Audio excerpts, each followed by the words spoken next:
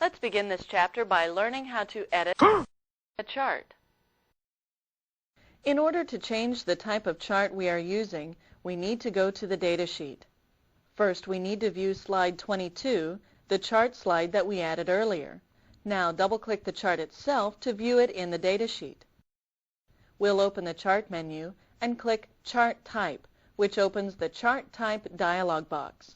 Let's click the Pyramid option at the bottom. Notice the Press and Hold to View Sample button. Let's try it. Let's try another one by clicking the Bubble Chart and press and hold our View Sample button. Our chart is displayed using bubbles. These chart types help make the charts more aesthetically appealing. We'll stay with Pyramid, so let's choose OK. Let's edit the data series in our chart. With the pointer over one of the pyramids, we right-click on one and choose Format Data Series from the shortcut menu. This opens the Format Data Series dialog box. Here we find context-sensitive commands. These commands are shown because they each affect the data series. From here, we can change the way our pyramids look. Let's click a different color from those offered here, then choose OK. Notice that this pyramid now takes on this color. To undo this, let's click the Undo button from the standard toolbar. Now the original color returns. If we decide we don't really care for the presentation background, it can be easily changed. We'll do this from the slide view. Right-click on the slide and select Background. From the Background dialog box, we can apply a different background fill. Our choices are displayed by clicking the drop-down for color. For instance, we choose Pale Blue and see how our slide would change by looking at the preview. But there are also special fills. We'll click the drop-down and then select Fill Effects. This displays the Fill Effects dialog box where we can apply a gradient, texture, pattern, or picture. By selecting options for 1, 2, or preset colors, we can add a gradient fill to the background. Now let's click the Textures tab to select it. Notice all the textures we can apply to the background of slides. Next, we'll select the Pattern tab.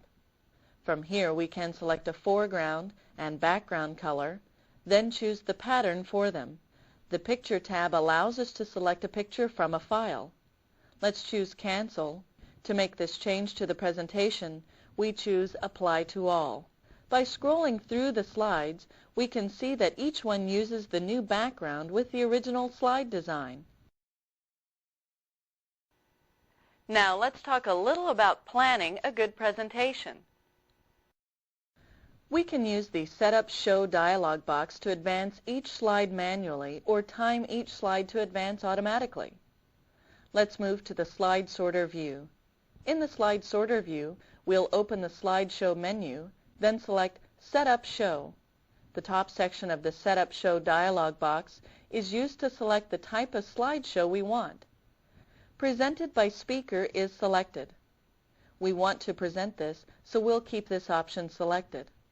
Other options include a looped show that will play over and over again until we press Escape, a show without narrations, and a show without animations.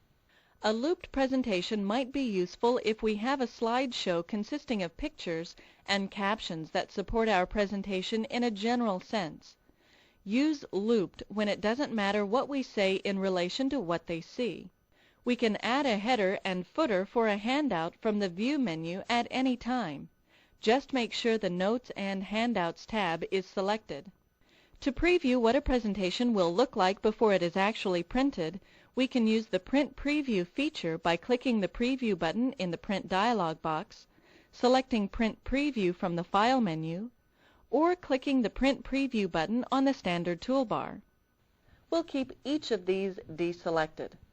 In the middle section of the dialog box, we can select the number of slides that we want to show. Again, we'll keep the default option to show all of the slides in the presentation. We've already set our advance options in the Slide Transition dialog box. Here we see why the timed option was available. Finally, in the left corner is the Pen Color drop-down field. Let's click the drop-down for Pen and select a color. We'll choose dark blue, then click OK. By rehearsing the slideshow using rehearsal timings, we can practice what we want to say during each slide, and PowerPoint will record the time for us. This helps us to set the automatic slide times with accuracy. First, we go to Slide View. Next, open the Slideshow menu and select the Rehearse Timings command. As the slideshow is being played, the rehearsal counter will be displayed in the upper left corner of the screen. On the left side of the counter is the overall time of the entire slideshow. And on the right side of the counter is the time for just the current slide. While practicing, it is important to carry on as if this were the real thing. Using the pen makes it more real. Let's right-click to reveal that shortcut menu again. This time, let's select Pointer Options, then Pen. This activates the pen so we can mark the slide. We may want to circle items or point to things. To stop the show early, we'll press Escape. The screen goes black and a prompt appears giving the total time for the slideshow and asking if we want to record the slide timings. We'll click on the Yes button. Now the slide timings will appear just below each of the slides. The next time we play the slideshow, these times will be used. We want to add speaker notes to Slide 1, so we'll first press the Home key to select Slide 1. Now to create speaker notes, we select the Normal View button from the bottom of the presentation window. To create notes for Slide 1, we simply place the mouse pointer on the Click to Add Notes statement, which appears inside the Notes box. When we click here, the insertion point is placed at the top of the text area, and we can type our note. Let's type Performance Management, then press Enter. For the next line, we'll type Joke about my first presentation. Then on the next line, we'll add the text from the slide above so that we don't have to see the actual slide to give the presentation. Using Copy and Paste most easily does this. We double-click in the slide above to select it, and then copy it by pressing Ctrl+C. Now we'll click in the note area to select it. Finally, we're ready to paste the text by pressing Ctrl+V. This finishes our note.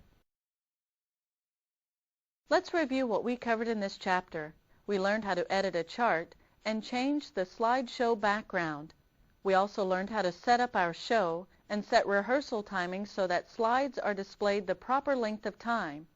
We learned how to add speaker notes and handouts.